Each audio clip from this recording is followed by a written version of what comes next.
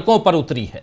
आज देश भर में एनफोर्समेंट डायरेक्टरेट यानी ईडी और सीबीआई के राजनीतिक इस्तेमाल पर कांग्रेस ने बीजेपी के खिलाफ हल्ला बोल किया।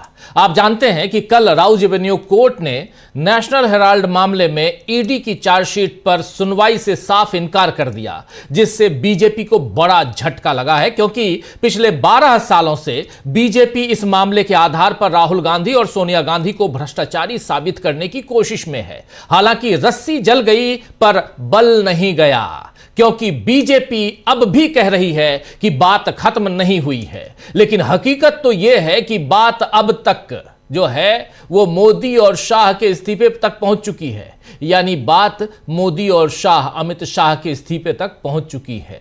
सुनिए मल्लिकार्जुन खड़गे इस मसले पर क्या कुछ कह रहे हैं, इस्तीफा मांग रहे हैं साफ साफ, सुनिए जरा। आने के बाद मैं ये कहना चाहता हूं, मोदी जी और शाह रिसिग्नेशन देना चाहिए। वो क्योंकि उनके मुंह पे एक थप्पड़ मारे जैसा हुआ है, और आज वो ये समझ के राजीनामा देना चाहिए। ऐसे जनता को सताने का काम वो नहीं करना चाहिए। भविष्य में उनको ये मालूम होगा कि ऐसे चीजें हम अगर करेंगे लोग चुप नहीं बैठेंगे और ये उनकी बेइज्जती होगी, ये मैं कहना चाहता हूं। तो सुन लिया आपने, साफ साफ यहां कह रहे हैं कि मोदी और अमित शाह को रेजिग्नेशन देना चाहिए, यानी इस्तीफा देना चाहिए। और ये जो रिजल्ट आया है, जो फैसला आया है, अदालत का फैसला, वो मोदी और शाह के मुंह पर थप्पड़ जैसा है, ये कह रहे हैं मल्लिकार्जुन खड़गे। आपको बता दूं कि कल तो प्रियंका गांधी समेत कई कांग्रेस नेताओं ने अदालत के फैसले के बाद कहा था कि सच सामने आ गया है। कांग्रेस ने सत्यमेव जयते कहते हुए ट्वीट किया था। आज फिर कांग्रेस ने इसी मुद्दे पर बीजेपी को घेरा है, और सुबह ही मल्लिकार्जुन खड़गे ने प्रेस कॉन्फ्रेंस की और कहा कि सच की जीत हुई है। जरा देखिए इस वीडियो को, और इसमें क्या कह रहे हैं अभिषेक मनु सिंह भी। ये मेरिट्स में एक अजीबोगरीब केस क्यों है? वास्तव में अजीबोगरीब केस है इसलिए क्योंकि 1 मिलीमीटर जहां कोई स्थानांतरण नहीं हुआ किसी चीज का। 2 चीजें होती है स्थानांतरण के लिए, मनी लॉन्ड्रिंग की कंडीशन होती है। एक तो होता है पैसा, उसको यहां से यहां मूव करना होता है, उसको कन्वर्ट करना होता है, कैश को बदल के प्रॉपर्टी बना लीजिए। दूसरा होता है अचल संपत्ति का मूवमेंट। अब ये रोचक कहानी इसलिए है क्योंकि इसमें न तो पैसे का स्थानांतरण है, न अचल संपत्ति का है। ये एजेएल एक कंपनी है, 100 वर्ष के आसपास हो जाएंगे उस कंपनी को। उसके पास ये सब अचल संपत्तियां हैं अखिल भारतीय स्तर पे। वो अचल संपत्तियां उसी एजेएल के नाम में आज भी हैं, तब भी थी, 80 साल से थी, 50 साल से थी, 1 मिलीमीटर मूव नहीं की। उस एजेएल को, क्योंकि आदर्शवाद पे स्थापित कई कंपनियां आर्थिक कठिनाइयों में पड़ती हैं, ये कमर्शियली सक्सेसफुल नहीं होती है, उसको ऋण मुक्त करने के लिए, जो आज भारत की हर कंपनी करती है, भारत में कोई ऐसी कंपनी जो अपने आप को ऋण मुक्त नहीं करना चाहती। ऋण मुक्त करने का तरीका होता है, उसको जो डेट होती है ऋण, उसको हिस्सेदारी में बदल दो, इक्विटी में, कन्वर्ट डेट इनटू इक्विटी। सिर्फ इस उद्देश्य से एक नई कंपनी बनाई गई कि वो जो उसकी ऋण है वो उस कंपनी को ट्रांसफर हो जाए, यानी यंग इंडियन। अब मैं समझता हूं कि दुनिया भर तो बहुत मूर्ख होगी, ईडी बड़ी इंटेलिजेंट होगी। इतने मूर्ख हैं हम लोग कि हमने बनाया यंग इंडियन कंपनी इस पूरी अचल संपत्ति को खाने के लिए। और यंग इंडियन क्या चीज है? यंग इंडियन है not for profit section 8 company. Company का सिर्फ एक उद्देश्य होता है कि उससे पैसे निकाल के आप डिविडेंड ले लें, प्रॉफिट डिस्ट्रीब्यूट कर दें, गाड़ी घोड़ा ले लें, विमान ले लें। अरे वहां पर खड़गे जी बैठे हुए, सोनिया जी बैठी हुई, उनको कुछ नहीं मिलता है, एक दमड़ी नहीं मिलती है, और अगर देना चाहे तो भी नहीं दे सकते उनको। कानून में लिखा है, इसलिए हमने बनाई। हम इतने जबरदस्त मनी लॉन्ड्रर हैं, हमारी ब्रेन इतनी बड़ी है कि हमने इजाद करके ऐसी कंपनी बनाई मनी लॉन्ड्रिंग के लिए। ये अगर राजनीतिक इतना गंभीर मामला नहीं होता तो हास्यास्पद होता। किंडरगार्टन के लॉ स्टूडेंट जो पहले क्लास में होते वो भी नहीं इसको मानते कि मनी लॉन्ड्रिंग है, और इसके आधार पर कहते हैं कि चूंकि आपने अपना ऋण ट्रांसफर कर दिया यंग इंडियन को, इसलिए आपने मनी लॉन्ड्रिंग की। तो सुन रहे थे आप यहां अभिषेक मनु सिंह भी, जो इस केस को लड़ रहे थे, उन्होंने भी इसी प्रेस कॉन्फ्रेंस में अपनी बात की और उन्होंने साफ साफ यहां कह दिया, जो अभिषेक मनु सिंह भी बता रहे हैं कि यह केस अजीबोगरीब इसलिए है क्योंकि इसमें न तो पैसे का स्थानांतरण है और न ही अचल संपत्ति का। यह अचल संपत्ति एजेएल कंपनी के नाम पर है और एजेएल को ऋण मुक्त करने के लिए एक नई कंपनी यंग इंडियन बनाई गई ताकि ऋण ट्रांसफर हो पाए। यंग इंडियन नाम की company not for profit section 8 के तहत बनी है और इस कंपनी का एकमात्र उद्देश्य होता है कि आप उससे पैसे निकालकर डिविडेंड ले लें और प्रॉफिट सब में बांट दें। यहां ऋण को यंग इंडियन को ट्रांसफर कर दिया गया और इसको आधार बनाकर ये लोग इसे मनी लॉन्ड्रिंग कह रहे हैं और ये मामला राजनीतिक नहीं होता तो बहुत ही हास्यास्पद होता। मतलब इस मामले में अगर बीजेपी शामिल नहीं होती और बिना सियासी मकसद के ये केस तैयार किया जाता तो ये हास्यास्पद होता। लेकिन अभी यहां गंभीर सवाल यह है कि बीजेपी किस तरह जांच एजेंसियों के कंधे पर रखकर अपनी बंदूक चला रही है।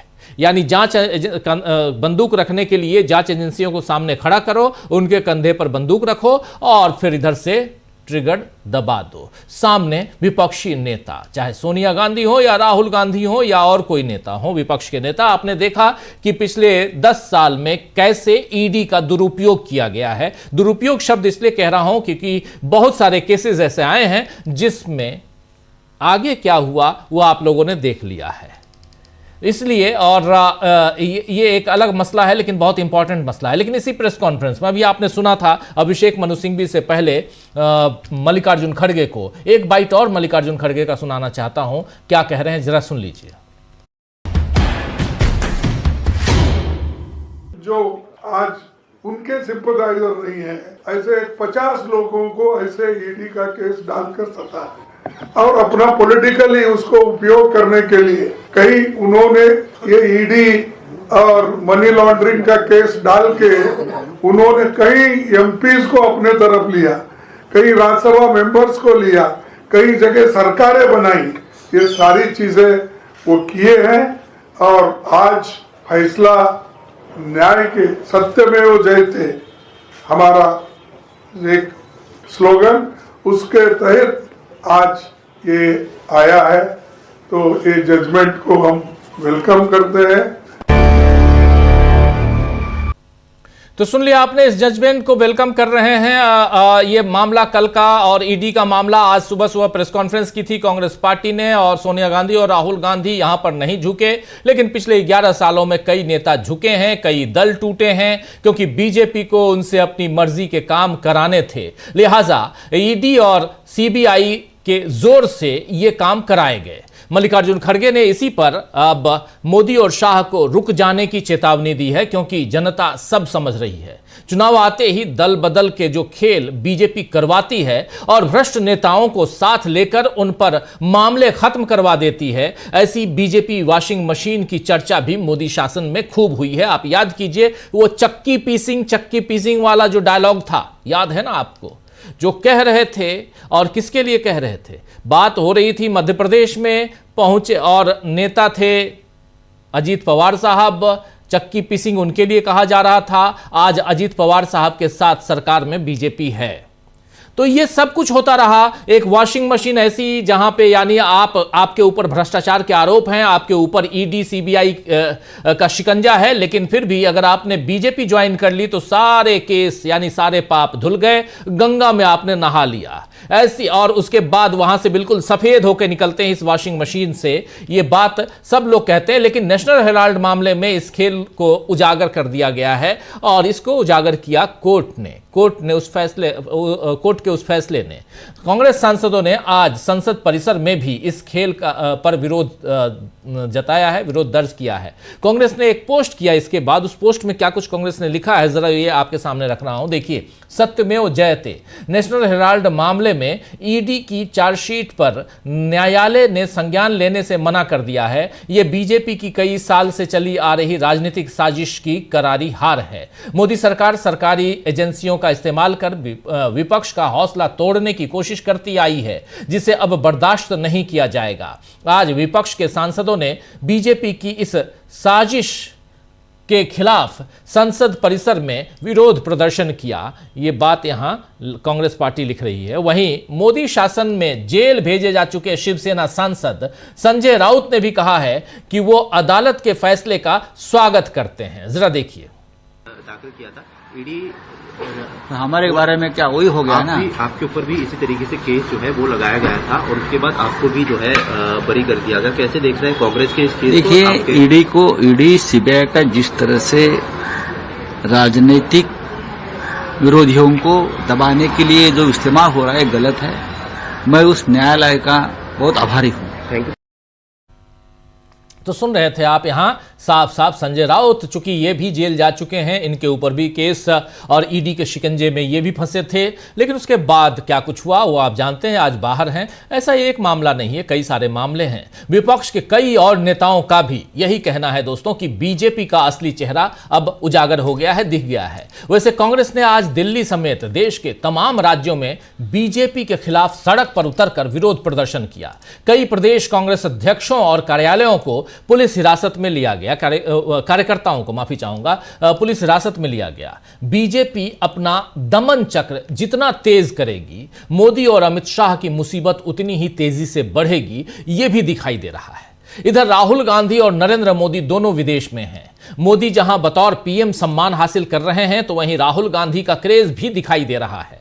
राहुल गांधी जर्मनी में हैं आज, जिसमें बीजेपी, अगर राहुल गांधी विदेश जाते हैं तो बीजेपी परेशान हो जाती है। आज राहुल गांधी म्यूनिख में थे और BMW की फैक्ट्री में गए। वहां का एक वीडियो ही आपके सामने रख रहा हूं, जरा इस वीडियो को फुल स्क्रीन ले आइए और देखिए। इस वीडियो में BMW जो कार है उसकी फैक्ट्री में राहुल गांधी और यहां पर अलग अलग ढंग की गाड़ियों को, कार को देख रहे हैं और समझने की कोशिश कर रहे हैं कि आखिर ये गाड़ियां कैसे चलती हैं, कैसे काम करती हैं और इसका बिजनेस क्या होता है। सारी चीज़ें, तमाम चीज़ों को यहाँ समझने की कोशिश कर रहे हैं BMW कार के दफ्तर में और उस फैक्ट्री में जाकर। सुनिए ज़रा क्या हो रहा है यहाँ पर।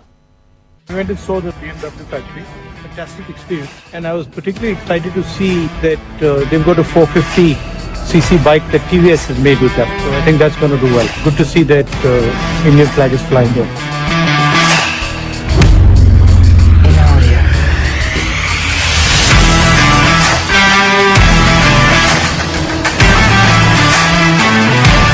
This is electric. हम इंडिया से है पर दुबई रहते हैं, तो इधर घूमने आए हैं और इन्होंने आपको देखा, he saw me went around.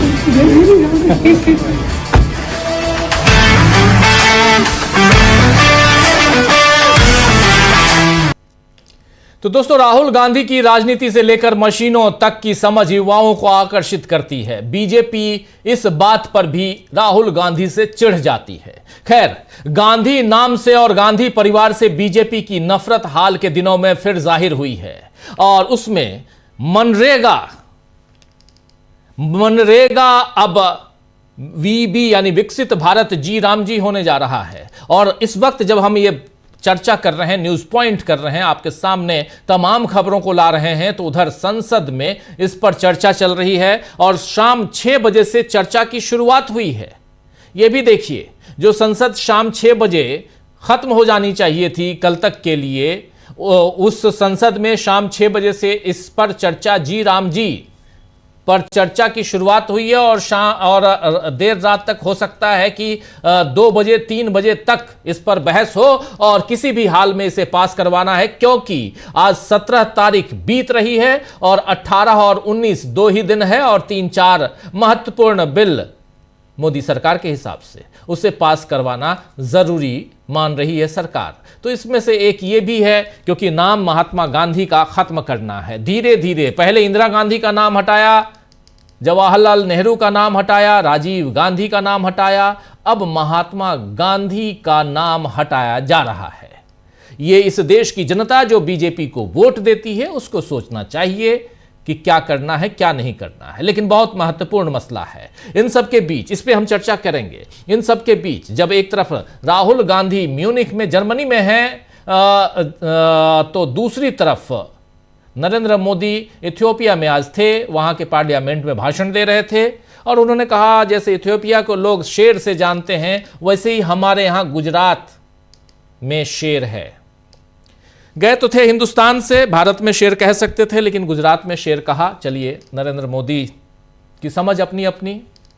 जब हम बाहर जाते हैं और देश के प्रधानमंत्री हैं तो अपने देश को रिप्रेजेंट करते हैं, और वो गुजरात में शेर हो या मध्य प्रदेश में हो या वो कहीं और हो, वो हिंदुस्तान के नाम से जाना जाएगा। तो आइए दोस्तों, आज चर्चा करेंगे कि क्या सड़कों पर उतरी कांग्रेस अब बीजेपी के लिए बड़ी मुसीबत बन गई है, बड़ी चुनौती पेश कर रही है, बड़ी चुनौती बन गई है कांग्रेस पार्टी बीजेपी के लिए, और बीजेपी के खेल का कैसे हो रहा है पर्दाफाश। इन सब की चर्चा हम करेंगे। हमारे साथ कुछ वरिष्ठ साथी जुड़े हुए हैं, पहले उन सबसे आपका परिचय करवाता हूं और फिर आगे बढ़ते हैं। देखिए, 4 वरिष्ठ साथी हमारे साथ जुड़े हुए हैं। प्रशांत टंडन जी हैं, शकील अख्तर जी हैं, सुनील शुक्ला जी हैं और अमलेंदु उपाध्याय जी हैं। आप चारों का स्वागत इस्तकबाल है। स्वागत इस्तकबाल आप तमाम दोस्तों, साथी, शुभचिंतक आप सबका, जो अब तक जुड़ चुके हैं उनका भी, जो जुड़ने वाले हैं उनका भी। सबसे पहले शकील जी, आपके पास ही पार्लियामेंट चल रही है, आप उधर से आ रहे हैं। पार्लियामेंट में आखिर ये क्या है? कल प्रियंका गांधी कह रही थी कि ये सनक है। क्या सचमुच ये सनक है कि 6 बजे से जब पार्लियामेंट की कार्रवाई को कल तक के लिए स्थगित करने की घोषणा होनी चाहिए, उस समय जी राम जी चल रहा है, उस पर बहस चल रही है। महात्मा गांधी से इतनी नफरत, इतना बैर आखिर अचानक क्यों, या पहले से था? ये लोग क्या कह रहे हैं? बिल्कुल आज नाम मिटा डालना है महात्मा गांधी का, यही है। अनम्यूट कीजिए प्लीज, आवाज नहीं आ रही है शकील जी की। चलिए कोई बात नहीं, आप तब तक दोबारा जुड़िए। मैं प्रशांत टंडन जी आपके पास आता हूं, फिर चर्चा आगे बढ़ाएंगे। सुनील शुक्ला जी भी हमारे साथ हैं। जी जी जी, आ रही है जी जी जी। बैर तो हमेशा से ही था। गांधी को मारा गया और उसे गृहमंत्री पटेल साहब ने, सरदार पटेल ने कहा है ये कि जो माहौल आरएसएस ने बनाया था उसके नतीजे में गांधी मारे गए। तो इसमें तो कोई दो राय है नहीं है, ये तो लिखी बात है। पत्र लिखा है उन्होंने, पत्र के जवाब में लिखा है उन्होंने गोलवलकर को। तो बैर तो हमेशा से था। सारी जितनी भी खादी संस्थाएं थी, गांधी से जुड़ी संस्थाएं थी, उन पे कब्जा कर लिया। जो गांधी की प्रतिमा थी उसको उठा के पीछे ले गए, मनरेगा से नाम हटा दिया। तो गांधी तो इन्हें हमेशा परेशान करते हैं। जो भी भारत आता है राष्ट्र प्रमुख विदेशों से, सीधे राजघाट जाता है वो। अब इनके पास तो अपना कोई ऐसा है नहीं, 100 साल में नहीं बना पाए कि जहां वो ले जाए। वो पूछते भी हैं बाहर से आने वाले कि आपका कोई है, कोई नहीं बता पाते। किसका नाम लेंगे? वो जो एक अटल बिहारी वाजपेयी थे जो प्रधानमंत्री रहे, उनका ये नाम लेते नहीं है, बताते नहीं है। तो राजीव जी, बैर तो पहले से था। आज जो है लोकसभा में चर्चा शुरू कर दी है इन्होंने, और जैसा आपने कहा रात को बहुत देर तक होगी। ये पूरी कोशिश होगी सरकार की कि इसे आज ही जो है लोकसभा से पास करके कल राज्यसभा में पहुंचा दिया जाए। आज इन्होंने बहुत इंपॉर्टेंट परमाणु ऊर्जा बिल इसी तरह पास कर दिया, बीमा बिल, जितने भी इंपॉर्टेंट बिल हैं, सिर्फ एक बिल इन्होंने सिलेक्ट कमेटी को पहुंचाया है, एजुकेशन वाला, यूजीसी वाला, हायर एजुकेशन वाला जी, हायर एजुकेशन वाला, यूजीसी वाला। तो बाकी सारे बिल जो हैं वो तेजी में पास करवाना चाह रहे हैं। तो मनरेगा एक ऐसा विषय है जिसको लेके पूरे देश में एक हलचल है, क्योंकि गांधी का नाम मिटाना इतना आसान नहीं है। आज कांग्रेस ने संसद शुरू होने से पहले भी प्रदर्शन किया, देश भर में प्रदर्शन हुए, दोनों मुद्दों पे हो रहे हैं। वो मनरेगा पे भी हो रहे हैं, और मोदी और अमित शाह द्वारा नेशनल हेराल्ड के खिलाफ, राहुल सोनिया के खिलाफ जो राजनीतिक विद्वेष से भरा हुआ मुकदमा लगाया गया था, उसके खिलाफ भी हो रहे हैं। जयपुर में तो आज कांग्रेसियों ने भाजपा के ऑफिस को घेर लिया था, बड़ा जबरदस्त प्रदर्शन हुआ। जो लोग ये कहते हैं कि सड़क पे उतरे, वो इनको सड़क नहीं दिखती है कि सड़क कहाँ है। आज ये खड़गे जी ने कहा इस बात को कि हम पहले भी लड़े थे इनके खिलाफ और फिर लड़ेंगे इनके खिलाफ। और जब इन्होंने मुझसे पूछताछ की, सोनिया जी से पूछताछ की, राहुल जी से पूछताछ की, तो वो दृश्य आपको याद होंगे कि सड़क पे किस तरह संघर्ष किया था कांग्रेस के लोगों ने। उन्होंने जो इस्तीफे की मांग करी है दोनों से, अमित शाह से और प्रधानमंत्री मोदी से, खड़गे ने, उसके साथ उन्होंने ये भी कहा कि हम जो है इनको सबक सिखा के रहेंगे, जी लेसन सिखाएंगे, उनके शब्द थे। ये जो है लड़ाई अब बहुत तेज हो गई है और एक अच्छा मौका जो है मोदी जी ने ये कांग्रेस को दे दिया है दोनों मुद्दों पे, एक मनरेगा पे और एक ये नेशनल हेराल्ड वाले मामले में, जिसमें कुछ भी नहीं था। आज काफी लंबा और विस्तार से अभिषेक सिंघवी ने इसको समझाया है। आज सारे लोग थे, अभिषेक सिंघवी थे, जयराम थे, पवन खेड़ा थे, खड़गे जी तो थे ही थे, और केसी वेणुगोपाल थे। तो बहुत क्लियरिटी से इस बात को समझाया कि यह मुकदमा अपने आप में कुछ था ही नहीं और सिर्फ राजनीतिक विद्वेष से ये मुकदमा था, और जिसको अदालत ने बिना सुने, बिना संज्ञान लिए खारिज कर दिया जी कि ये सुनने लायक ही नहीं है, ये बहस के लायक ही नहीं है। दूसरी बात जो भी आपने कही कि मोदी जी ने वहां कहा गुजरात के शेर हैं,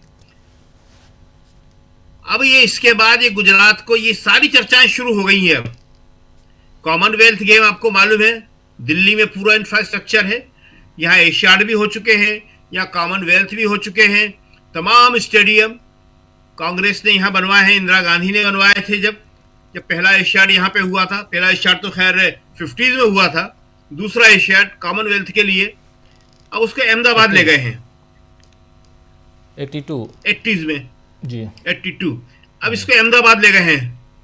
तो देश की राजधानी अगर एक दिन पहुंच जाए अहमदाबाद तो किसी को आश्चर्य नहीं करना चाहिए। आज तक ये पोल्यूशन के ऊपर नहीं बोले हैं, पोल्यूशन इतना ज्यादा है, गुजरात चलते हैं, कुछ भी कर सकते हैं। अब उस स्थिति में आ गए हैं कि जब मोदी जी जो है कुछ भी कर सकते हैं। मनरेगा से नाम हटाने का कोई कारण नहीं है, बीजेपी वाले भी नहीं बता पा रहे हैं। आज शिवराज सिंह ने कहा कि सब नाम बदलने से क्या होता है, दूसरे लोग भी ये कह रहे हैं, इन्होंने भी नेहरू का नाम बदला था, इन्होंने भी ये किया था। अरे ये कोई तर्क है क्या? आखिर ये योजना के बदले आप दूसरी योजना लाके और ये नाम रख देते आप। आपको किसने रोका था? शहरी क्षेत्र में रोजगार देने के लिए सोनिया गांधी का तो एक प्रोग्राम था, उन्हें मौका नहीं मिला।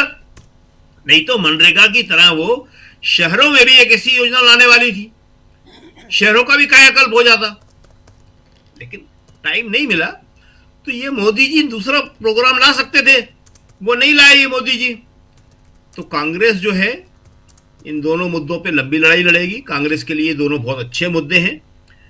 चुनाव जो हैं वो अभी थोड़ा टाइम है उनमें होने में, घोषित होंगे, लेकिन उससे पहले जो है कांग्रेस मनरेगा के ऊपर और नेशनल हेराल्ड के ऊपर देश भर में प्रदर्शन करेगी, लड़ाई लड़ेगी, और ये जो है मोदी जी के लिए मुश्किलें होंगी। जी जी जी बिल्कुल बिल्कुल आप सही कह रहे हैं। बहुत कुछ है यहाँ पे, लेकिन आखिर चाहे ईडी का मामला हो, एक बहुत गंभीर मामला ईडी के मामले में आप देखिए, ईडी सीबीआई और खासकर ईडी पिछले 10 साल 11 साल में कितनों को परेशान किया गया ईडी के जरिए। अगर आप नरेंद्र मोदी की पार्टी में शामिल नहीं होते हैं या उनके हिसाब से, उस पार्टी के हिसाब से अगर उन्होंने सोच लिया कि आप हमारी पार्टी में आइए, नहीं जाते हैं और कुछ नहीं करते हैं, तो फिर न सिर्फ राजनेता, व्यापारी भी कई चिंतित होते हैं और कहते हैं, बताते हैं लोग दबी जुबान में। और ऐसे में कांग्रेस पार्टी के 2 वरिष्ठ नेताओं, मोतीलाल वोरा तो अब इस दुनिया में नहीं हैं,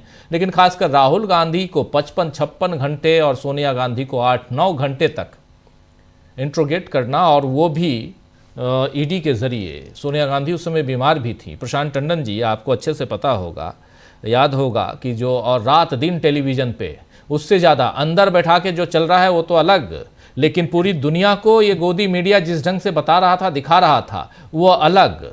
और ऐसे में इस जीत और इसके बाद भी जो टिप्पणी है, अदालत का जो फैसला है, आज भी वो गोदी मीडिया उसी ढंग से दिखा रहा है, वैसे ही कि ये तो अभी कुछ नहीं हुआ, ख़त्म नहीं हुआ।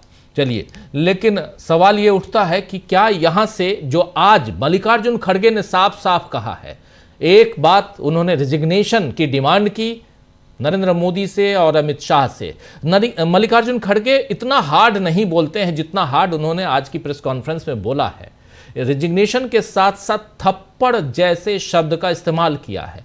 कैसे इसको देखते हैं आप? और कांग्रेस पार्टी ने आज तमाम देश भर के तमाम जिला मुख्यालयों पर इसके विरोध में प्रदर्शन किया है। लेकिन साथ साथ 28 तारीख को जब कांग्रेस का स्थापना दिवस है, उस दिन पूरे ग्रामीण लेवल पे गांव में इस कार्यक्रम विरोध प्रदर्शन करने का है। तो ये तीसरा मुद्दा आ रहा है। प्रशांत जी जरा इसको उस डॉट्स को मिलाइए। एक मुद्दा संविधान का, संविधान बचाओ, दूसरा वोट चोरी, और तीसरा ईडी को एक्सपोज करो। ईडी के जरिए जिस प्रकार का खेल बीजेपी, नरेंद्र मोदी, अमित शाह खासकर करते हैं, उसको एक्सपोज करो। 3 गंभीर मुद्दे। बाकी दल कहां हैं? जी, यही राजीव जी सवाल बाकी दलों को सोचना है, देश की जनता को सोचना है, और तमाम बुद्धिजीवियों को भी सोचना है इस देश के। खासकर वो बुद्धिजीवी जो अपने आप को दावा करते हैं कि वो सेकुलर हैं और तटस्थ हैं, उन तमाम बुद्धिजीवियों के सामने बड़ा सवाल है। मोदी अमित शाह की तो नैतिक हार हुई है। अब ये जुमला है नैतिक हार, नैतिक हार होने के लिए नैतिकता होनी भी चाहिए, लेकिन चलिए हम लोग ये मान लेते हैं कि नैतिक हार हुई है। लेकिन आप ये सोचिए राजीव जी कि जिस पार्टी का 55-60 साल का शासन रहा इस देश में, 6 प्रधानमंत्री हुए, 3 तो परिवार के ही इनके, इंदिरा गांधी, राजीव गांधी और पंडित नेहरू। उसके बाद सोनिया गांधी अध्यक्ष और मनमोहन सिंह, आरोप लगता रहा कि जी रिमोट कंट्रोल प्राइम मिनिस्टर है। 2 सरकारों को, तीन प्रधानमंत्रियों को समर्थन दिया कांग्रेस ने। 55-60 साल कांग्रेस सत्ता में रही और गांधी परिवार सत्ता के इर्द गिर्द रहा, सत्ता में रहा या सत्ता के इर्द गिर्द रहा। उसके बाद नरेंद्र मोदी सरकार एक मुद्दा ढूंढ पाई, वो भी सुब्रमण्यम स्वामी की कंप्लेंट पर। इसमें कोई बैंक का पैसा इन्वॉल्व नहीं, कोई सरकारी पैसा इन्वॉल्व नहीं, कोई सरकारी प्रॉपर्टी इन्वॉल्व नहीं। खुद कांग्रेस पार्टी की 2 कंपनियों के बीच में लेन देन में कुछ आरोप लग गए, जिसको भी कोर्ट ने नहीं माना। आप सोचिए ना, 1 रुपया का ट्रांजैक्शन नहीं हुआ तो अभिषेक मनु सिंह भी कह रहे हैं। लेकिन मैं कह रहा हूं कि इस पूरे जाल में क्या किसी बैंक का नाम आया? क्या किसी प्रॉपर्टी का नाम आया? सरकार की प्रॉपर्टी का नाम आया?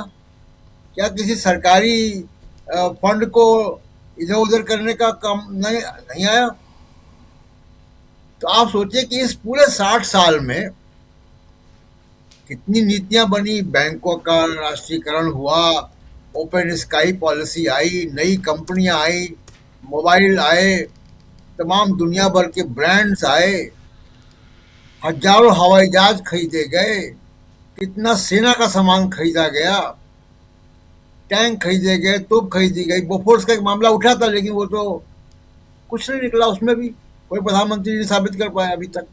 तो यानी इतना कुछ होने के बाद भी आपको एक मामला मिला 11 साल में, और वो भी आप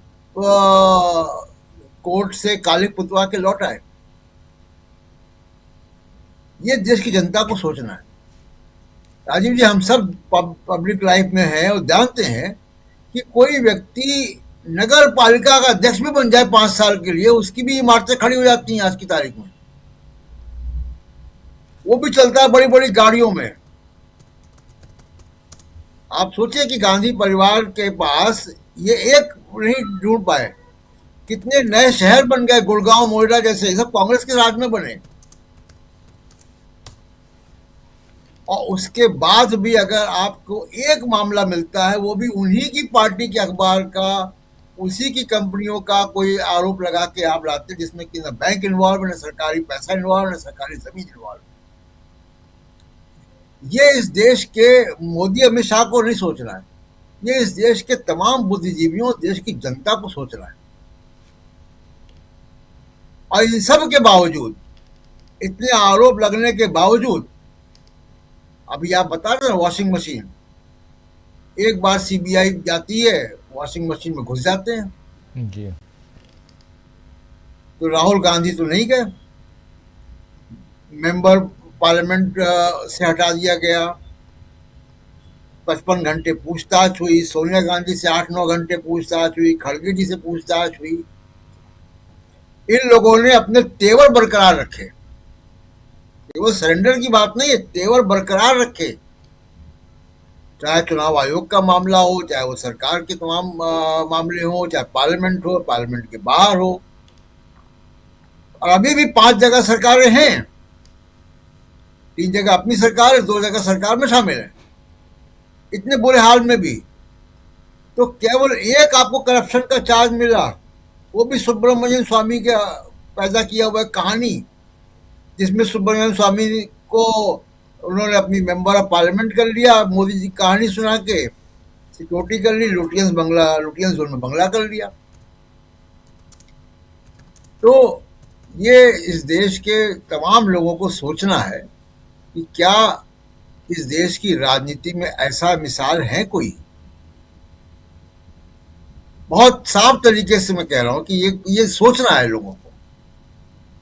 कि मैं तमाम लोगों को सुनता हूं, इंटरव्यूज पढ़ता हूं, देखता हूं, और वो इस बात को नहीं अंडरलाइन नहीं करते कि जो परिवार 65 साल 60 साल सत्ता में रहा, उसके खिलाफ नरेंद्र मोदी जैसा व्यक्ति जो कि बात बात में एक विधायक तक को नहीं छोड़ता है, उसके खिलाफ भी ईडी सीबीआई पहुंचाता है, उसके खिलाफ भी 11 साल में आप कुछ साबित नहीं कर पाए। जी जी, बिल्कुल आप सही कह रहे हैं। हमारे साथ प्रेम कुमार जी भी जुड़ गए हैं। प्रेम कुमार जी, आपका स्वागत है इस कार्यक्रम में। और हम लोग चर्चा कर रहे हैं ईडी, सीबीआई और इसके दुरुपयोग, और उस कल के राउज एवेन्यू कोर्ट के बाद आज जो फैसला आया है उसके बाद आज कांग्रेस का देश भर में प्रदर्शन, अभिषेक सिंघवी और मल्लिकार्जुन खड़गे की प्रेस कॉन्फ्रेंस आज सुबह 9:30 बजे, और उसके बाद दूसरी जो चर्चा है बहुत महत्वपूर्ण, महात्मा गांधी के नाम से इतनी चिढ़, महात्मा गांधी से इतना बैर कि अब महात्मा गांधी के नाम को हटाने की कोशिश, और उसमें राम जी को ला रहे हैं महात्मा गांधी की जगह, यानी राम नाम का चादर लपेटने की कोशिश उसी चादर में। खैर चलेंगे, उस पर भी बात करेंगे, लेकिन इधर पहले सुनील शुक्ला जी आपके पास आना चाहता हूं। सुनील जी, कल से लेकर आज तक, और उसमें भी ये एक मामला ईडी का मामला, देखिए कैसे धीरे धीरे चीजें एक्सपोज हो रही हैं। संविधान बदलने की बात आई, संविधान अभी भी और यह मुद्दा बना हुआ है। इस मुद्दे ने कितना परेशान किया ये हम लोगों ने देखा, और 240 पर बीजेपी सिमट गई। नरेंद्र मोदी को संविधान को सिर माथे लगाना पड़ा जब वो ओथ लेने पहुंचे थे संसद भवन, ओथ लेने नहीं बल्कि संसद भवन पहुंचे थे, और उसमें भी सेंट्रल हॉल में, याद कीजिए।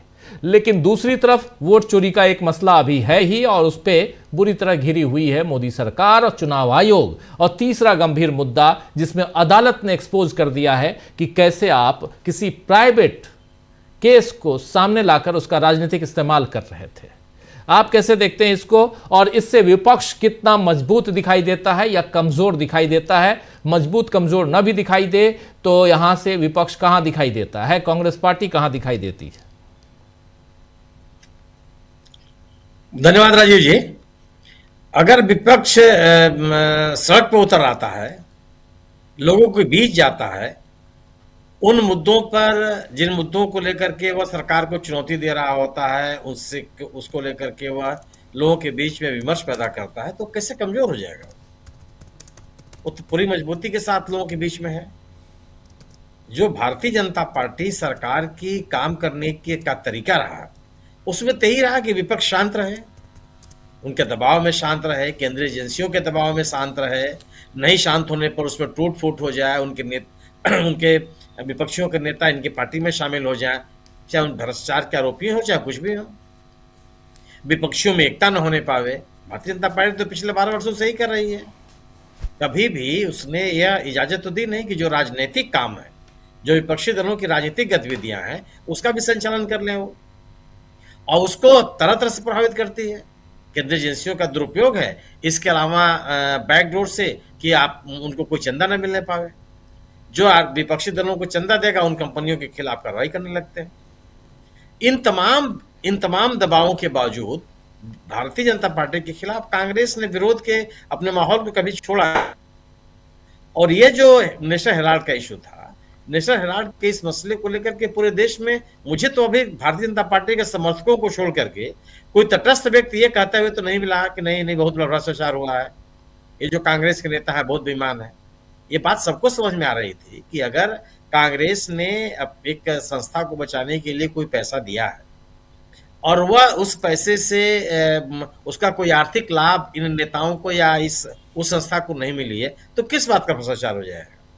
जी। दूसरे अलावा लोगों को इस बात यह भी लग रहा था कि इतने सालों से, इतने वर्षों से आप मुकदमा दर्ज करके जांच कर रहे हैं और देश की जो प्रीमियम एजेंसीज हैं जांच करने की वो इसमें जांच में लगी हुई हैं। राहुल गांधी, सोनिया गांधी को आपने घंटों घंटों बुला करके उनका इंट्रोगेशन भी किया, बावजूद इससे कोई तथ्य सामने नहीं है। तो एक आम व्यक्ति जो बहुत कानून का जानकार नहीं है ये तो जानता ही है ना कि अगर आप जांच कर रहे हैं और जांच में भी आप कोई तथ्य नहीं ला पा रहे हैं तो गोया कि आप केवल उत्पीड़न की कार्रवाई कर रहे हैं, आप किसी भ्रष्टाचार की खोज नहीं कर रहे हैं, भ्रष्टाचार के नाम पर केवल उत्पीड़न कर रहे हैं उन नेताओं का जो सरकार के खिलाफ है। कभी ऐसा होता है क्या कि आपके पास साक्ष्य हो और साक्ष्य होने के बावजूद भी आप न तो अदालत कुछ बता पा रहे हैं और न पब्लिक को कुछ बता पा रहे हैं। कल जब राउज एवेन्यू कोर्ट का यह आदेश आया तो भी जो खबरें प्रसारित की जा रही थी सूत्रों के हवाले से, इस सूत्र क्यों होते हैं भाई? आप ईडी एक बड़ा ऑर्गेनाइजेशन है, ईडी में प्रोसिक्यूशन का पूरा एक विंग है, विधि के जानकार लोग वहां पे हैं। ईडी के प्रवक्ता को आके कहना चाहिए, नाम लेके कहना चाहिए कि भाई ईडी के प्रवक्ता हैं, उनकी प्रतिक्रिया उसने न्यायालय आदेश को लेकर के। कोई प्रवक्ता सामने नहीं आया, ईडी के प्रमुख की तरफ से कोई बात नहीं कही गई, कोई एक पदाधिकारी, एक भी अधिकारी निकल का नाम नहीं आया जिसके नाम से आप ये कोई कोट कर सके कि उस अदालती आदेश को लेकर के ईडी की प्रतिक्रिया क्या है। तो आपके पास कुछ नहीं है। आप जो अदालत ने कर, जो लोगों के बीच में बात चल रही थी, जिसको बहुत तरीके से भारतीय जनता पार्टी काटने का प्रयास करती थी कि ये नेता जमानत पे, उसमें भी लोग कहते थे कि अगर जमानत पे है तो जमानत रद्द करवा दीजिए, अदालत में आप जाइए और उससे कहिए कि साहब इनकी जमानत रद्द कर दीजिए। ये तो आपका काम है, प्रोसिक्यूशन का काम था, ये आपने वो भी नहीं किया। तो ये देश में जो तटस्थ लोग हैं उनमें ये भावना कभी भी नहीं बनी कि नहीं ये बहुत बड़ा भ्रष्टाचार का मामला है, ऐसा बड़ा भ्रष्टाचार का मामला है कि कांग्रेस को देखना नहीं जाना चाहिए। सबको लग रहा था कि जिनके खिलाफ भ्रष्टाचार का आरोप भारतीय जनता पार्टी स्वयं लगाती है उनको अपने पार्टी में शामिल कर लेती है, वो जिनको नेचुरल करप्ट पार्टी कहती है उनको अपने शामिल कर लेती है। तो भ्रष्टाचार कब से विषय हो गया भारतीय जनता पार्टी के लिए? यह मुद्दे केवल दबाव बनाने के लिए बनाए गए और भ्रष्टाचार के जितने पिछले दिनों में आरोप भी लगाए गए, आप याद कीजिए हेमंत सोरेन को गिरफ्तार किया गया, तो यह केवल एक चुनाव को प्रभावित करने की कोशिशें मानी गई। चुनाव के दौरान, चुनाव के समय, चुनाव के मौके पर विपक्षी नेताओं को गिरफ्तार करना, उनके खिलाफ जांच शुरू करना, उनके खिलाफ छापे डालना, जांच के लिए उनको विभिन्न कार्यालयों में, विभिन्न केंद्रीय एजेंसियों में बुलाना, यह केवल और केवल राजनीतिक लाभों के लिए किया जा रहा है, यह लाभों के लिए किया जा रहा है। यह बात सबके समझ में आता रही।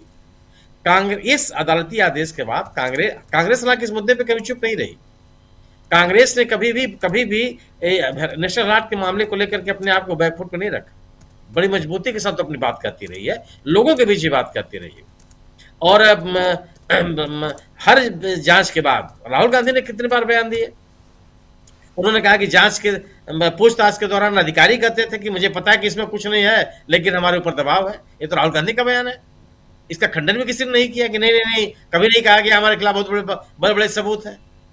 तो ये जो इस आदेश ने निश्चित रूप से जो एक पॉलिटिकल परसेप्शन, एक नैरेटिव बनाने की कोशिश लगातार जारी थी भारतीय जनता पार्टी की, उसकी हवा निकाल दी। और अदालत का आदेश, भले अब ये बात कही जा रही है कि मामले के मेरिट पे कोई आदेश नहीं हुआ है। अरे जब मामला ही स्वीकार करने के लिए तैयार नहीं होगा तब इसमें मेरिट और डिमेरिट क्या होता है? जब न्यायालय कह रहा है कि मामला विचारणीय है ही नहीं है, बिना एक शिकायत के आधार पर जो आप मामला चला रहे हैं उसको ये सुनवाई लायक नहीं है, अब कौन सी मेरिट होगी? किस मेरिट की बात कर रहे हैं आप? और इतने सालों में कोई साक्ष्य तो आप नहीं रख पाए। तो और इस अदालती आदेश के बाद निश्चित रूप से कांग्रेस का हौसला और बढ़ा है और कांग्रेस इस पूरे विषय को लेकर के लोगों के बीच में जा रही है। मुखर है वो, हर उस विषय पर मुखर है जिस विषय पर विपक्ष को मुखर होना चाहिए। चाहे आप मनरेगा का ही बात लीजिए, आप मनरेगा का नाम बदलने को लेकर, नाम बदलने का केवल सवाल नहीं है, गांधी का नाम पूरे परिदृश्य से खत्म करने की कोशिश भारतीय जनता पार्टी, जनसंघ या राष्ट्रीय स्वयंसेवक संघ लगातार करता रहा है जी।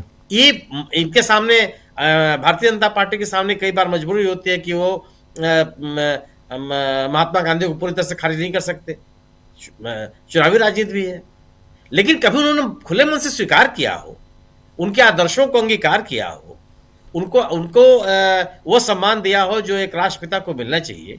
महात्मा गांधी का नाम किसी कार्यक्रम से हटाना, किसी एक्ट के साथ हटाना, ये सामान्य नेताओं का नाम नहीं है। आप उनकी तुलना जवाहरलाल नेहरू, दीनदयाल उपाध्याय और श्यामा प्रसाद मुखर्जी और लाल बहादुर शास्त्री से नहीं कर सकते। महात्मा गांधी का मतलब राष्ट्रपिता, जिसको देश ने राष्ट्रपिता की संज्ञा दी और उसके रूप में हम आदर करते हैं। दुनिया का शायद, मेरी स्मृतियों में नहीं है कि दुनिया का शायद ही कोई ऐसा देश हो जहां महात्मा गांधी की मूर्ति न लगी। दुनिया का, मैं जितनी जगह मैं गया हूं, कम से कम मुझे तो ऐसा कभी नहीं मिला और लोग आदर के साथ याद न करते। आप उस नेता के लिए और अभी ऐसा भी नहीं कि अगर आप उस कानून को रिपील कर रहे हैं तो कोई बहुत बड़ा क्रांतिकारी परिवर्तन ला दे रहे हो। आप ऐसी चीज ला दे रहे हैं जो कभी न भूतो न भविष्य थी। आपने तो पूरे के पूरे रोजगार के अधिकार को खत्म कर दिया जी। गांधी का नाम हटाया और लोगों को रोजगार का अधिकार जो दिया गया था उसको खत्म कर दिया। आपने इस प्रस्तावित कानून के माध्यम से इन अकुशल मजदूरों को फिर से आप पूंजीपतियों और बड़े काश्तकारों, बड़े कारपोरेट के हवाले सौंप रहे हैं, जो उनका एक्सप्लॉइट करते रहे हैं, जो उनको विधवा मजदूर बनाते रहे हैं। बिना उचित पारिश्रमिक के प्रत्याशा में भी लोग ऐसे इन स्थानों पर काम करने के लिए बाध्य होते रहे हैं, जिससे सुरक्षा मिली थी इस कानून के तहत। तो गांधी का नाम तो हटाया ही हटाया, लोगों को जो अधिकार मिला था गांधी के नाम के साथ, उसको भी आप खत्म करने के लिए हम तैयार हैं। और इस मुद्दे को भी कांग्रेस लेकर के लोगों के बीच में गई है। लोग इस बात को गंभीरता से ले भी रहे हैं। ऐसा भी नहीं है कि भारतीय जनता पार्टी का अपना खेल है, वो अपना खेल कर रही है। वो हो सकता है कि जो भी उसको राजनीतिक लाभ न, लेकिन गांधी के नाम के साथ खिलवाड़ करके आप कोई राजनीतिक लक्ष्य हासिल कर लेंगे, ऐसा लगता नहीं है। कांग्रेस ने चुनौतियां खड़ी की हैं और ये सबसे बड़ा कारण मानता हूं कि लोगों के बीच में जाना, और कांग्रेस की अगर ये लोगों के बीच में लगातार उपस्थिति रहेगी तो यह भारतीय जनता पार्टी के लिए भारी पड़ेगी। जी देखते हैं, बहुत सारे मुद्दे धीरे धीरे खड़े हो रहे हैं और इन मुद्दों से के बीच कैसे, इन मुद्दों के बोझ तले कैसे नरेंद्र मोदी और उनकी पार्टी दबती है, ये आने वाले समय में देखना होगा। लेकिन मुद्दा एक बहुत गंभीर, जिस मुद्दे की जो मुद्दा शुरुआत से ही विपक्ष के लिए एक हथियार बना हुआ था, लेकिन वो हथियार उतना कहें तो धारदार नहीं था, अब वो धारदार दिखाई दे रहा है वो हथियार, इसलिए क्योंकि कोर्ट ने खुद कह दिया है कि ये मुद्दा था ही नहीं जिसमें राहुल गांधी और सोनिया गांधी और उनके तमाम दूसरे नेताओं को फंसाया गया था। क्या प्रेम कुमार जी, ये यहाँ से आने वाले समय में 5 राज्यों के चुनाव में ये मुद्दा गंभीर मुद्दा साबित हो सकता है? दूसरी बात कि क्या यहाँ से एक जो भ्रष्टाचार के आरोप लगाए जाते थे राहुल गांधी सोनिया गांधी के ऊपर, उससे ये बरी होते हुए दिखाई देते हैं? तीसरी बात यहाँ महत्वपूर्ण जो आपके ज़रिए समझना चाहता हूँ कि क्या यहाँ से अब जो 2 मुद्दे और भी हैं, चाहे वो संविधान बचाओ वाला मुद्दा हो या वोट चोरी का मुद्दा हो, उसमें एक मजबूती और मिलती है? ज़रा ये थोड़ा इसको खोलने की कोशिश कीजिए, एलोबरेट करने की कोशिश कीजिए। राजीव जी, देखिए, राहुल गांधी या पूरे गांधी परिवार और कांग्रेस को के खिलाफ भ्रष्टाचार का मुद्दा, ये मुद्दा है ही नहीं, लेकिन फिर भी ये मुद्दा खत्म हो जाएगा ये इसलिए नहीं लगता क्योंकि ये मुद्दा आर्टिफिशियली जनरेट किया जाता है। एक इकोसिस्टम है बीजेपी का, और इस इकोसिस्टम में जो राहुल गांधी कहते हैं ना, इंडियन स्टेट शामिल है। अब मैं कहूंगा तो थोड़ा लगेगा, लेकिन इसको एक्सप्लेन करता हूं कि आप देखिए, अभी फैसला आया ईडी को लेकर के उनका केस नहीं टिका, लेकिन ये बात तो बहुत पहले से ईडी को भी पता थी। और ये बात बिहार चुनाव के दौरान क्यों नहीं हुई? बिहार चुनाव के दौरान अगर यही फैसला आता तो उसका इम्पैक्ट पड़ता। अभी 5 राज्यों में चुनाव होने हैं, लेकिन अभी कल तो नहीं होने हैं, इस महीने तो नहीं होने हैं, जब होने हैं तब होने हैं। तो इसकी टाइमिंग भी देखिए, इसको राहत के रूप में महसूस करने की आवश्यकता नहीं है। दरअसल जब राहुल गांधी की सांसदी छीनी गई थी, तब उस समय याद कीजिए किसका इस्तेमाल हुआ था? क्या बीजेपी ने सांसदी छीनी थी? बीजेपी के इकोसिस्टम ने छीनी थी। एक ऐसा आरोप जो कि टाइटल को लेकर के मानहानि का आरोप, और उसमें अदालत ने, गुजरात की अदालत थी, सेशन कोर्ट था, उसने तो सजा सुना दी और आगे की अदालत ने उसको स्टे नहीं दिया और अधिकतम सजा सुना दी और सांसद की सदस्यता चली गई। तो इसमें किसका दोष है? देखिए, जांच एजेंसियां जो प्रीमियम एजेंसी है वो गुनाह कर रही है, अदालत जो कि गलत तरीके से फैसला दे रही है, जिसको सुप्रीम कोर्ट पलट रहा है। तो ये जो चीजें हैं, इसका मतलब है संवैधानिक संस्थानें, यहाँ तो राहुल गांधी के खिलाफ, गांधी परिवार के खिलाफ उसको डैमेज करने के लिए, उसको डिस्टोर्ट करके, उसको बदनाम करने के लिए तथ्यों को लगे पड़े हैं। चुनाव आयोग भी है भाई, चुनाव आयोग पूरे कांग्रेस के खिलाफ पड़ी हुई है भाई, कांग्रेस के का सीज कर लेती है, खाते तक सीज हो जाती है।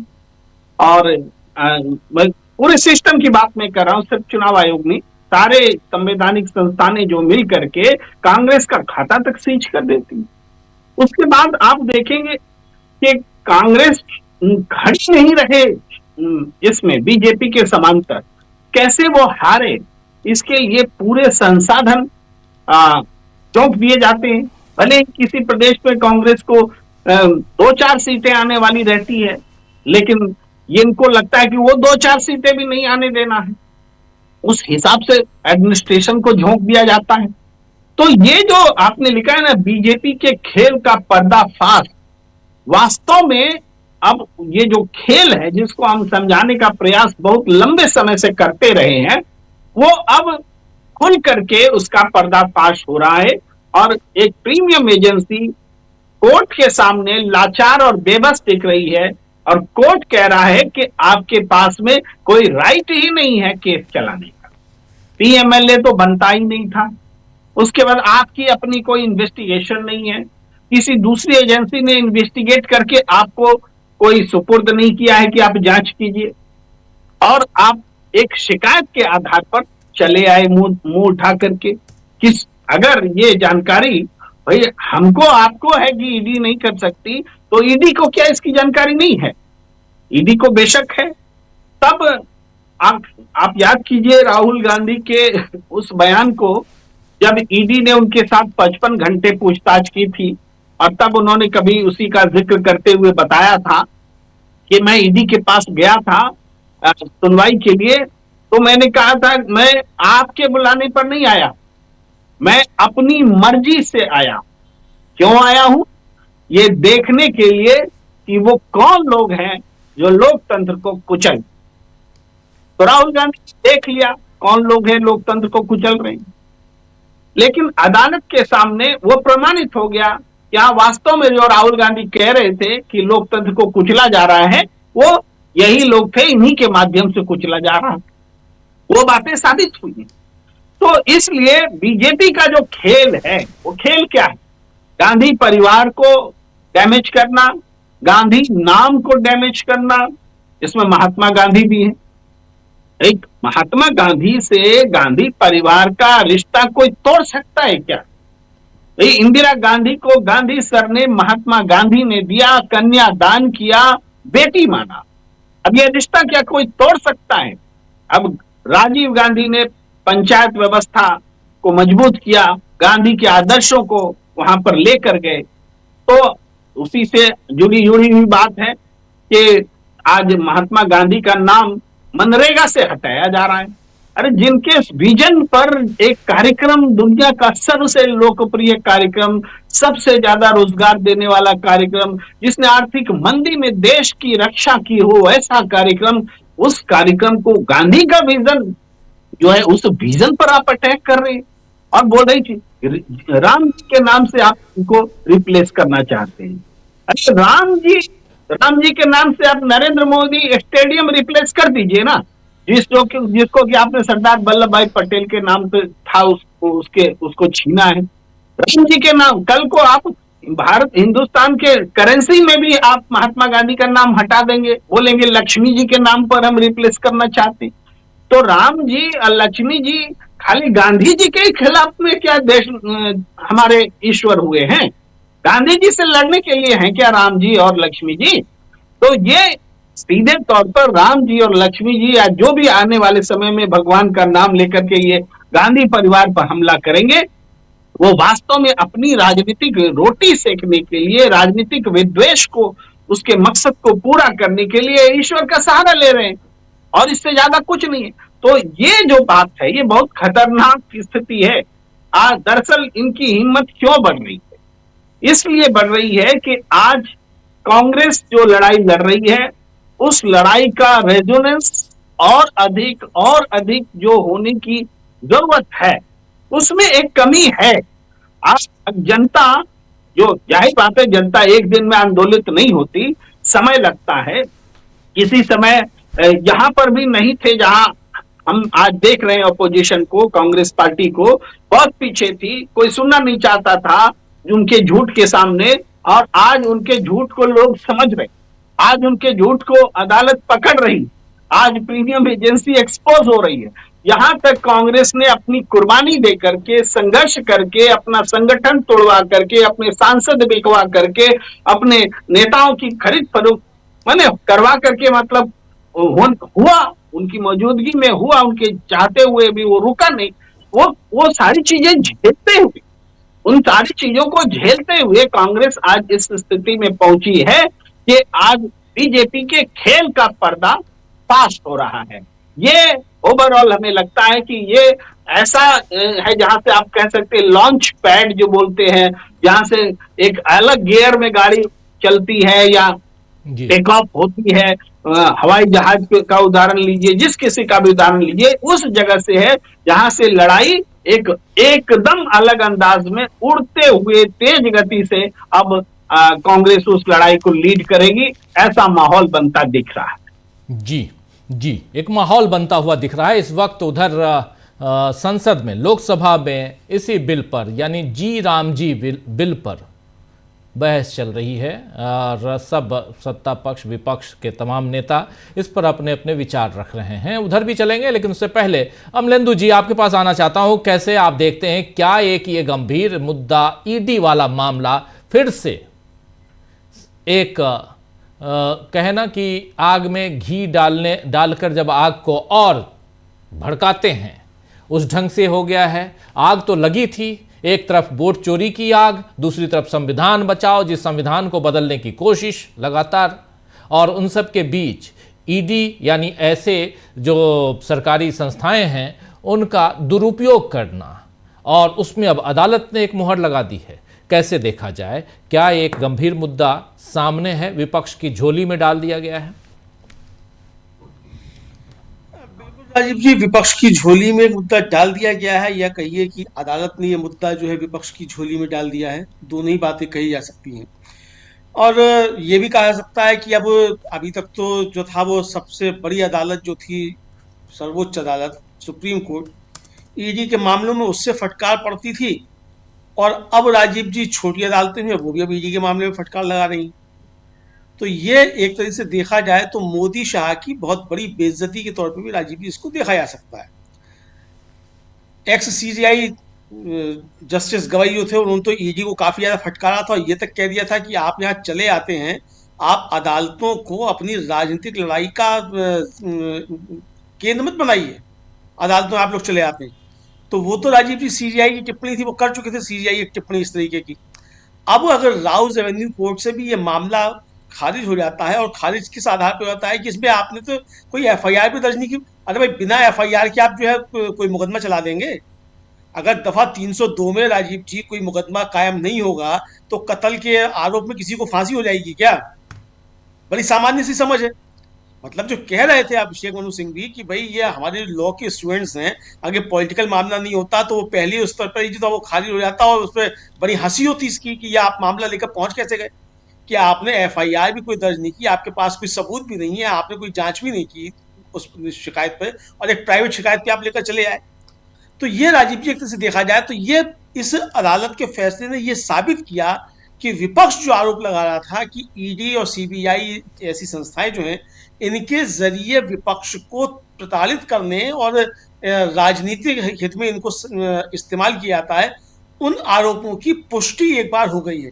लेकिन मल्लिकार्जुन खड़गे राजीव जी त्यागपत्र मांग रहे हैं तो त्यागपत्र नहीं देंगे मोदी जी और शाह जी। वो तो राजनाथ सिंह जी पहले भी बता चुके हैं कि त्यागपत्र नहीं होते, इस्तीफे नहीं होते हैं। तो राजीव जी जब निर्लज्जता की सारी सीमाएं पार हो जाए तो फिर आप कैसे ये उम्मीद कर सकते हैं कि कोई नैतिक आधार पर त्यागपत्र दे देगा, कि चूंकि एक अदालत ने जो फटकार लगा दी है तो ये तो किसी हाल में होने वाला नहीं है। लेकिन राजीव जी यहाँ एक चीज ये भी है कि ईडी आती किस विभाग के अंतर्गत है, मंत्री उसका कौन है, क्या उस मंत्री की भी बेइज्जती नहीं है, ये भी सवाल उठता है। तो ये राजीव जी मुझे लगता है कि ये बड़ा एक चीज जो है वो इस अदालत के आदेश के जरिए विपक्ष को लगी है। और आप देखिए कि आज पूरा विपक्ष जो था वो इस प्रदर्शन में शामिल था, ईडी के खिलाफ जो प्रदर्शन हो रहा था संसद में पूरा विपक्ष उसमें शामिल था। तो यानी राजीव जी कि ये मसला जो है वो लोगों को एकजुट कर रहा है। सुप्रिया सुले से लेके और प्रियंका चतुर्वेदी, संजय राउत तक और प्रोफेसर राम गोपाल यादव तक सब लोग जो थे इस मसले पर सरकार की आलोचना करते हुए नजर आए। तो यानी राजीव जी की इसके जरिए अब विपक्षी गोलबंदी फिर बढ़ी। कई सारे मसले हैं जिन पे पहले ही विपक्ष एकजुट था, ये सरकार बार बार विपक्ष को एकजुट करा देती है, अब इस मसले के जरिए भी अब एकजुट हो गई। अब जो जी राम जी लेकर आ रहे हैं इस पे सदन में चर्चा चल रही है, इसने भी विपक्ष को एकजुट कर दिया है। और सत्ता पक्ष के अंदर जो है वहां भी इसके लेकर फांके साफ तौर पर दिखाई पड़ रही है कि वहां भी एकजुटता इस मसले को लेकर नहीं है। भले ही वो महात्मा गांधी का नाम हटाए जाने को लेकर ना हो, लेकिन जिस तरीके से राज्यों के ऊपर बोझ डाला जा रहा है उसको लेकर भी आ रहा है। और आज राजीव जी जिस तरीके से पूरे देश भर में कांग्रेस ने प्रदर्शन किए हैं, तो कांग्रेस ने यह भी बताया कि हम प्रदर्शन करना भी जानते हैं, मुख्य विपक्षी अगर दल हैं तो हम विपक्ष की भूमिका निभाना भी जानते हैं, और ये भी बता दिया कि हम जिंदा भी हैं, आपके मारने से मर नहीं जाएंगे और मरे भी नहीं आपके मारने से। तो ये राजीव जी मुझे लगता है कि एक नई जान जो है, देखिए विपक्ष में जान क्या होती है, विपक्ष में जान यही होती है कि विपक्ष संसद में जो जितनी उसकी शक्ति है वहां अपनी बात रखे और सड़क पर अपनी ताकत का मुजाहिरा करे। तो सड़क पर भी अपनी ताकत विपक्ष ने दिखा दी और संसद के अंदर तो रोज दिखाई रहा है, रोज जो है नारे वहां लग रहे हैं। बिरला साहब जो रोज बताते रह जाते हैं कि पोस्टर नीचे करो, पोस्टर नीचे करो, लेकिन पोस्टर वहां दिखाई देते रहते हैं। तो ये राजीव जी एक तरीके से देखा जाए तो विपक्ष जो है वो बहुत मजबूत है, और मोदी जी अब चले गए हैं विदेश ताकि संसद का सामना ना करना पड़े। तो बहुत सारी दिक्कतें मोदी जी के सामने बढ़ने वाली हैं। और राजीव जी समय जैसे जैसे बढ़ रहा है, 2026 जैसे जैसे नजदीक आ रहा है, मुझे लगता है कि सरकार के लिए दिक्कतें और ज्यादा बढ़ती जा रही हैं। अब मोदी जी भले ही जो है वो इथोपिया में जाकर बता रहे हो कि गुजरात में शेर होते हैं, लेकिन मोदी जी ये भी जानते होंगे गुजरात में गधे भी होते हैं। वो अखिलेश यादव ने उत्तर प्रदेश चुनाव के दौरान कहा था कि वो अमिताभ बच्चन जो है गुजरात के गधों का प्रचार करना बंद कर दें। तो गुजरात के गधे जो होते हैं राजीव जी वो जंगलों में पाए जाते हैं, 4000 के आसपास उनकी आबादी बताई जाती है, नहाते नहीं है लेकिन देखने में बड़े खूबसूरत लगते हैं। उनका प्रचार जो गुजरात टूरिज्म कराता है वो अमिताभ बच्चन किया करते थे। तो अखिलेश यादव ने कहा था कि भाई मैं कहूंगा अमिताभ बच्चन से कि वो गुजरात के गधों का प्रचार करना बंद कर दें। तो जहाँ शेर होते हैं वहां गधे भी होते हैं राजीव, तो सब कुछ होता है। जंगल है, जंगल में तो सब होते हैं, तोता मैना भी होते हैं, गिद्ध भी होते हैं, चील कौवे भी होते हैं, सब कुछ होता है। जंगल है तो जंगल में तो होगा ही, शेर भी होगा, चील कौवे भी होंगे और गधे भी होंगे, सब कुछ होंगे। तो अच्छी बात है कि गुजरात में जंगल भी हैं, बचे हुए हैं अभी, वरना तो अगर छत्तीसगढ़ में होते तो राष्ट्र मित्र को दे दिया जाता खदान करने के लिए कि खोदो, जंगल के जानवर भी मरेंगे और आपका व्यापार भी ठीक तरीके से चलेगा। तो ये राजीव जी ठीक है, वो इथोपिया में कहें या कहीं भी कुछ कहें, अच्छी बातें हैं, लेकिन बड़ी चुनौती अब कांग्रेस की तरफ से इस सरकार को मिल रही है, मोदी जी को मिल रही है। और आज जैसा आपने भी शुरू में कहा कि मल्लिकार्जुन खड़गे इस तरीके के शब्दों का प्रयोग नहीं करते हैं, लेकिन आज उन्होंने बहुत तल्ख शब्दों में जिस तरह से कहा है कि ये मोदी और शाह के गाल पर थप्पड़ पड़ने जैसा है, इनको इस्तीफा दे देना चाहिए। मुझे लगता है राजीव जी कि ये परिस्थितियां नहीं बननी चाहिए थी, ऐसी स्थितियां नहीं आनी चाहिए थी कि देश के अंदर एक बड़ा नेता जो है ये कहने लगे कि ये मोदी और शाह के गाल पर थप्पड़ पड़ने जैसा है। ये स्थितियां जो हैं ये किसी मल्लिकार्जुन खड़गे ने, किसी राहुल गांधी ने, किसी अखिलेश यादव ने, किसी तेजस्वी यादव ने पैदा नहीं की हैं। ये परिस्थितियां पैदा करने के लिए सीधे सीधे नरेंद्र मोदी और अमित शाह ही जिम्मेदार हैं कि आज एक बड़ा नेता जो है वो ये कह रहा है कि ये मोदी और शाह के गाल पे थप्पड़ पड़ने जैसा है। जी जी जी बिल्कुल, बड़ा नेता कह रहा, लेकिन क्या एक मुद्दा बैठे बिठाए एक मुद्दा मिल गया है? शकील जी।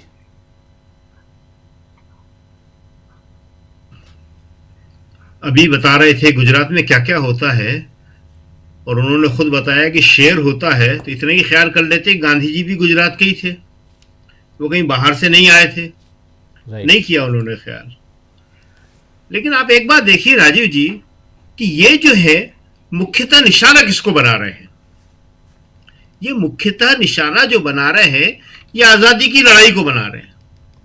ये जो दो बड़े मुद्दे हैं इस टाइम सामने, नेशनल हेराल्ड, आजादी की लड़ाई का मुखपत्र, आजादी की लड़ाई में जनता की आवाज और कांग्रेस की आवाज उठाने वाला, और दूसरा जो है मनरेगा में गांधी का नाम हटाना, गांधी उसका नेतृत्व कर रहे थे आजादी की लड़ाई का। दो नेतृत्व थे, एक तरफ महात्मा गांधी का नेतृत्व और एक तरफ प्रचार के जरिए, अखबार के जरिए नेशनल हेराल्ड का नेतृत्व। दोनों पे हमले। ये कोई छोटी बात नहीं है। इनका बेसिक उद्देश्य ये है कि आजादी की लड़ाई को वही ले जाना और उसी प्रचार को करना जो अब इतने सालों से ये कर रहे थे, 75-78 साल से, कि वो तो अंग्रेज खुद छोड़ के चले गए, इसमें चरखे का कोई योगदान नहीं था, गांधी का कोई योगदान नहीं था। यही प्रचार है ना इनका इतने सालों से, कि अंग्रेजी थक के छोड़ के चले गए, इसमें इनका कोई योगदान नहीं था। अहिंसा से, चरखे से आजादी नहीं मिली है, उसका सबसे ज्यादा मजाक उड़ाते हैं ना वो, दे दी हमें आजादी बिना खड़क बिना ढाल, क्या है, सबसे ज्यादा मजाक इसी बात को उड़ाते हैं। एक दूसरी बात जो खास है कि जो मनरेगा में ये सोच रहे हैं कि इसका विरोध नहीं होगा, इसका भारी विरोध होगा। देखिए मनरेगा लाया किसके लिए गया था, इनके पास तो, इनको तो कुछ मालूम नहीं है, नहीं जानना चाहते। ये मूलतः लाया गया था भूमिहीन किसान के लिए। जो भूमिहीन श्रमिक है उसके पास गांव में कोई काम नहीं होता है, और वो या तो शहरों में पलायन कर जाता है, रिक्शा चलाता था पहले आके, या मिल फैक्ट्रियों में नौकरी करता था, और या फिर सामंतों क्या, जमींदारों क्या बेगारी करता था। रोजगार का अधिकार सोनिया गांधी ने इनको दिया था। अब इस नए नियम में, इस नए व्यवस्था में क्या किया उन्होंने कि जब खेती का समय होगा, जब बुआई का समय होगा, जब फसल कटाई का समय होगा, तो हम इस नई योजना का, जिसका नाम हम जी राम जी रख रहे हैं, काम बंद कर देंगे। काम बंद हो जाएगा ताकि भूमिहीन श्रमिक को फिर बेगारी में सामंत क्या काम करना पड़े जी, फिर जमींदार क्या काम करना पड़े, बड़ी जोत वाले किसान क्या काम करना पड़े। एक भूमिहीन किसान और एक छोटी जोत का किसान, और इनकी आबादी जो है देश में 30 करोड़ के करीब है। करीब 15 करोड़ किसान तो भूमिहीन है, 15 करोड़, और 15 करोड़ ही है जो छोटी जोत का है, जिसके पास 2 बीघा, 1.5 बीघा और 3 बीघा तक जमीन है, खाली 1 बीघा से लेके 3 बीघा तक जमीन है। तो ये जो है उनके खिलाफ है। तो गांव में जिस तरह से खुशहाली आई थी, गांव में जिस तरह मैसेज गया था, आपको याद होगा 2005 में सोनिया गांधी इसको लाई थी, और 2009 में किसान ने, गांव के लोगों ने इसका भारी समर्थन करते हुए कांग्रेस को दोबारा लाया था। अब जो है ये सीधा मैसेज जाएगा कि ये जो सरकार है ये छोटे किसान के खिलाफ है, भूमिहीन श्रमिक के खिलाफ है। दूसरी बात, ये लाए क्यों, इन दोनों मुद्दों को क्यों लाए? देखिए सबसे बड़ी बात है कि इस वक्त चाहे जितना ये कहें कि इसका कोई असर नहीं है और ये गलत है, लेकिन वोट चोरी एक देश भर में बड़ा मुद्दा बन गया है। राहुल गांधी की तथ्यों के साथ प्रेस कॉन्फ्रेंस करने का जवाब ये चुनाव सुधार की चर्चा में एक नहीं दे पाए। चुनाव सुधार की चर्चा कल खत्म हुई राज्यसभा में, क्या सरकार ने चुनाव सुधार पे कोई कार्यक्रम रखा, कोई एजेंडा लेके आई? तो ये क्या मैसेज जा नहीं रहा?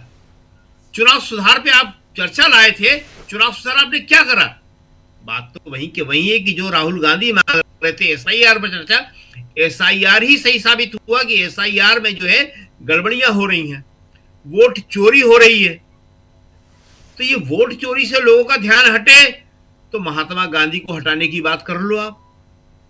डाइवर्ट तो हुआ है ध्यान जी, लोगों का ध्यान तो इधर उधर गया है, लेकिन कांग्रेस को चाहिए कि इस ध्यान को न जाने दे वो। तो ये जो है बहुत बड़ा मुद्दा है मनरेगा का और नेशनल हेराल्ड का। नेशनल हेराल्ड के मुद्दे में जो सबसे खास बात है कि सिर्फ राहुल और सोनिया के खिलाफ ही केस खारिज नहीं हुआ है, देश में जो हजारों केस ईडी ने बनाए हैं